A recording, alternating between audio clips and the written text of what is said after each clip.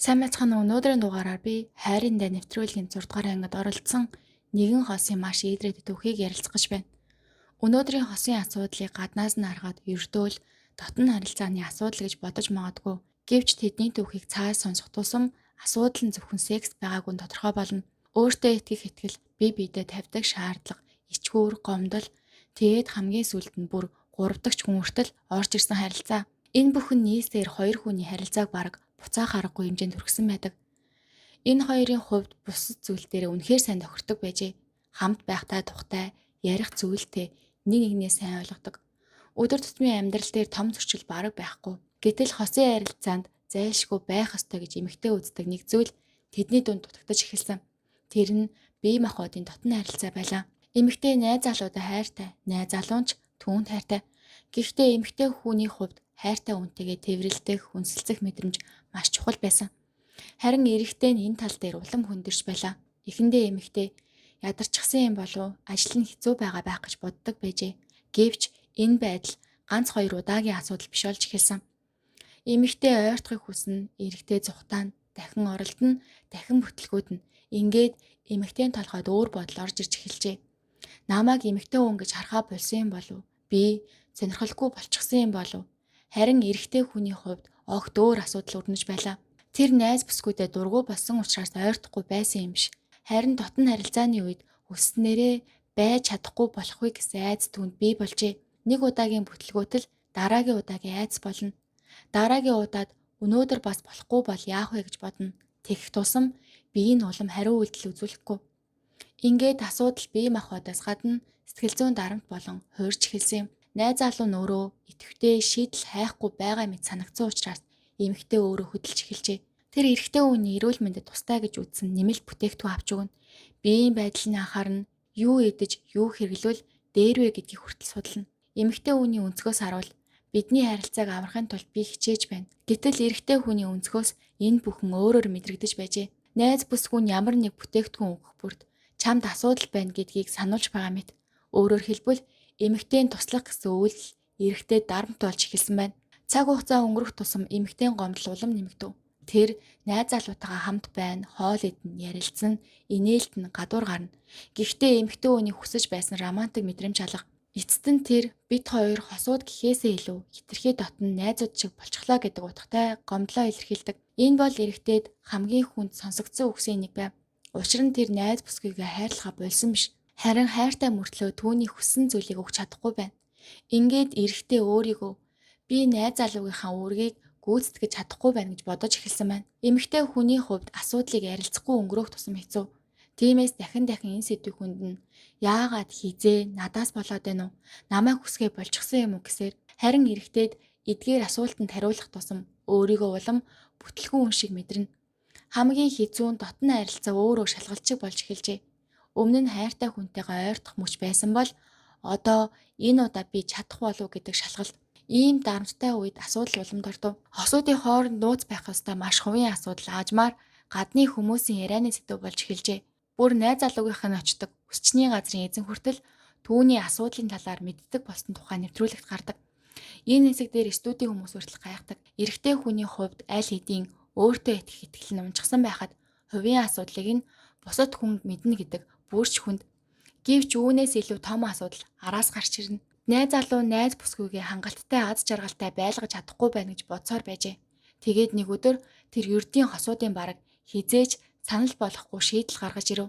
Өөрөө чадахгүй байгаа учраас найз бүсгүйтэй өөр хүнтэй бие махбодын харилцаанд орохыг зөвшөөрөх. Найз залуугийнх нь бодлоор би чамд хэрэгтэй зүйлийг өгч чадахгүй байна. Гэхдээ чамайг алдахыг хүсэхгүй байна гэсэн санаа байлаа. Өөрөөр хэлбэл тэр өөрийнхөө хийж чадахгүй зүйлийг өөр хүнээр нөхөөлөхийг зөвшөөрөөд сэтгэл санааны хайр дурлалын харилцаагаа өөртөө нь хэвээр үлдээнэ гэж төсөөлжээ. Гэтэл энэ шийдвэр тэдний асуудлыг шийдээгүй. Харин бүр том асуудлын хаалгыг нээсэн юм. Найз залуугийнхаа зөвшөөрлөөр найз охин нь өөр эрэгтэйтэй харилцаанд орсон байна. Энэ мөчөөс эхлээд хосын харилцааны хил хязгаар бараг бүрэн нуржээ. Эхний тохиролцоо зөвхөн бие махбодын хэрэгцээний тухай мэт байсан. Гэтэл хүн гэдэг машин биш. Дотн харилцаанд орчход эндээс цааш сэтгэл огт хөдөлж болохгүй гэж товчлуур дарж зогсоох боломжгүй. Найз бүсгүй нь тэр эрэгтэйтэй ойртох тусам нөхцөл байдал өөрчлөгдөж эхэлнэ. Эндээс бүр том асуудал гарч ирдэг. Найз бүсгүйх нь уулзаж байсан залуу өөрөө ганц бий байгаагүй. Тэр өөрийн гэсэн найз бүсгүйтэй байжээ. Энэ мэдээлэл гарч ирэхэд нэвтрүүлгийн студид уур амьсгал тэр чигтээ өөрчлөгдөнө. Яагаад гэвэл эхний хос хоорондоо ямар ч этгээд тохиролцоо хийсэн байж болно. Тэр бол тэдний харилцаа. Гэхдээ гурав дахь эрэгтэй өөрийн найз бүсгүйгээсээ нууцаар өөр эмэгтэйтэй харилцаанд орсон бол одоо асуудал зөвхөн эхний хоёр хүний тохиролцоо байхаа болсон. Өөр нэг гимгүү хүн энэ харилцаанд мэдлгүйгээр орчхож байгаа юм. Энэ хэсгээс хөтлөгчдийн байр суурь маш хатуу болж эхэлсэн. Найз залуугийн хэлж буй гол санаа нь би түүнд хайртай. Тийм болохоор хүссэн зүйлээ авах боломжийг нөхсөн гэдэг тайлбар. Өөрөөр хэлбэл тэр өөрийнхөө шийдвэрийг хайртай холбонд тайлбарлаж байлаа. Гэвч Сожа Ун энэ логиктойгоо санал нийлээгүй. Түүний байр суурь маш тодорхой байсан. Хайртай гэдэг нэрээр өөрийгөө дорд үзэж, найз бүсгүйгээ өөр хүн рүү явуулах нь асуудлын шийдэл биш. Хэрэв хоёр хүний хэрэгцээ үнэхээр нийцэхгүй, засах боломжгүй хэмжээнд хүрсэн бол харилцаагаа дахин бодох ёстой болохоос биш. Гурав дахь хүнийг оруулж ирэх нь улам л хүндрүүлнэ. Нэвтрүүлгийн уурын амьсгал эндээс нэлээд ширүүсэн. Хэрэв энэ бүхэн зөвхөн бие махбодын харилцаа байсан бол магадгүй тэдний анх тохирсон дүрмийн хүрээнд гэж тайлбарлаж болох байсан. Гэтэл найз бүсгүй нь өөр эрэгтэйтэй зүгээр нэг бие махбодын харилцаанд ороод зогсоогүй. Тэр бүр түүнтэй гэрлэх талаар бодож байсан тухай яриа гарч ирнэ. Энэ үгийг сонсоод хөтлөгч Сожа Ун маш их уурладаг. Яагаад гэвэл эндээс бид хоёр хайртай хിവэрээ зөвхөн бие махбодын хэрэгцээг гаднаас нөхөж байгаа гэдэг тайлбар үндсэндээ нуурч байгаа юм. Хэрэв өөр хүнтэй гэрлэхийг хүсэх хэмжээнд сэтгэл нь хөдөлсөн бол тэр харилцаа айл хэдийн зөвхөн хамтрагч гэсэн хүрээнээс хэтэрсэн байна. Тэгэхээр найз залуугийн би хайртай болохоор зөвшөөрсөн гэдэг шийдвэр эцэстээ өөрийнх нь хамгийн их айж байсан зүйл рүү хөтлсөн гэсэн үг. Энд нэг зүйлийг эргээд харах хэрэгтэй. Анх энэ хоёрын асуудал эрэгтэй дотн харилцаанд асуудалтай гэдгээс эхэлсэн. Гэтэл цаг хугацааны явцад эмэгтэй өөрийгөө хүсэмжлэгдэхгүй байна гэж мэдэрсэн. Найз залуу нь өөрийгөө хангалтгүй гэж мэдэрсэн. Найз бүсгүй нь илүү их шаардах тусам найз залуу нь улам их дарамтанд орж байна. Дарамт ихсэх тусам асуудалд орсон. Асуудалд орох тусам эмэгтэй улам их гомдсон. Эцэст нь найз залуу нь би чадахгүй юм чинь өөр хүнээр нөхөөлье гэсэн шийдвэр гаргасан. Гэтэл гурав дахь хүн орж ирснээр асуудал сексээс хайр руу шилжсэн байна. Хайраас итгэлц рүү шилжсэн, итгэлцлээс уралтын асуудал руу оров. Ингээд анх хоёр хүний унтлагын өрөөнд байсан асуудал хэд хэдэн хүний сэтгэл санаанд нөлөөлөх хэмжээний асуудал болж хувирсан байна. Энэ түүхийн бас нэг чухал тал нь эрэгтэй хүний өөртөө итгэх итгэл юм. Тэр ихэндээ нэг асуудалтай байсан. Гэтэл тэр асуудлаа надад ийм асуудал байна гэж тусад нь харахын оронд би эрэгтэй хүний хувьд хангалтгүй гэж өөрийнхөө бүх үн цэнтэй холбож эхэлсэн бололтой. Тэгээд найз бүсгүй нь сэтгэл хангалуун бус байгаагаа хэлэх бүрт тэр бодол нь батлагдана. Эцэст нь өөрийнхөө байр суурийг бүр тавьж өгсөн. Би чадахгүй болохоор өөр хүнтэй байж болно гэдэг хүртэл. Гэтэл хайртай хүнээ алдахгүй гэсэн энэ шийдвэр нь эсэргээрээ өөрийнх нь үн цэнийг улам унгасан байна. Гэхдээ бүх бурууг бас зөвхөн найз бүсгүйдэнд авах боломжгүй. Тэр бас олон удаа хүсэлтэд илэрхийлсэн, өөрийгөө эмэгтэй хүн гэдгээрээ мэдрэхийг хүссэн. Найз залуудаа татагдаж байгаагаа харуулахыг хүссэн. Харилцаагаа сэргээхийг ч хүссэн. Бүр эрүүл мэндийн бүтээгдэхүүн хүртэл авч өгсөн байна. Түүний хувьд би зүгээр суусангүй олон удаа хичээсэн гэж бодох үндслэл бий. Гэхдээ асуудал нь түүний хүсэл буруу байсан эсхээс илүүтэй тэр хүслийг хангахын тулд сонгосон арга зам юм. Нэгэнт өөр хүн орж ирсний дараа нөхцөл байдлыг буцаах маш хэцүү болсон. Энэ бүх түүхийг сонссны дараа хөтлөгч нар хайртай учраас ийм шийдвэр гаргасан гэсэн тайлбарыг хүлээн зөвшөөрөхөд хэцүү байв. Ялангуяа Сожа Ун маш хүчтэй байр суурь илэрхийлжээ. Хоёр хүн өөрсдийн асуудлаа шийдэхийн оронд гурав дахь хүнийг оруулж дараа нь үүнийгээ хайр гэж тайлбарлаж байгаа нь түүнд огт ойлгомжгүй байлаа. Нэвтрүүлгийн аль бие усны бичлэгүүдийн нэг нь хүртэл энэ хэсгийг хайртай болохоороо хуурахыг зөвшөөрсөн гэсэн агуулгаар гаргасан байдаг. Түүнээс ч илүү эмэгтэй нөгөө сексийн хамтрагчтайгаа гэрлэх талаар бодож байсан тухай гарч ирэхэд нэвтрүүлгийн уурын амьсгал бүр хурцдсан.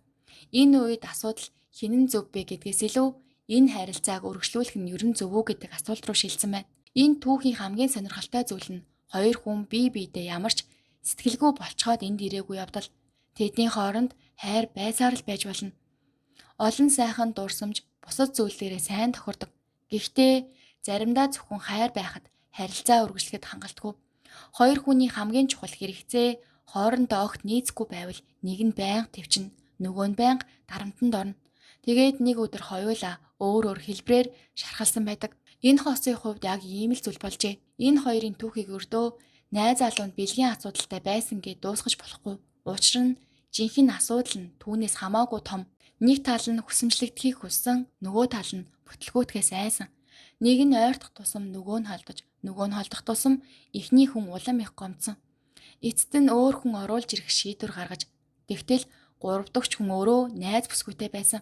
Тэгээд эмэгтэй сэтгэл хүртэл өөрчлөгдөж тэр хүнтэй гэрлэх тухай хэмжээнд хүрсэн байна. Ингээд анх нэг асуудлыг шийдэхин тулд хийсэн сонголт нь өмнөхөөсөө хэд дахин том асуудал бий болгожээ. Энэ түүхээс нэг зүйл маш тодорхой харагдана. Хосын дотн харилцааны асуудал бол ичээд нуух ёстой зүйл биш. Гэхдээ бас нэг нэгнээ буруутгаж, дарамталж, өөрийн үн цэнийг үгүйсгэж шийдэх асуудал биш.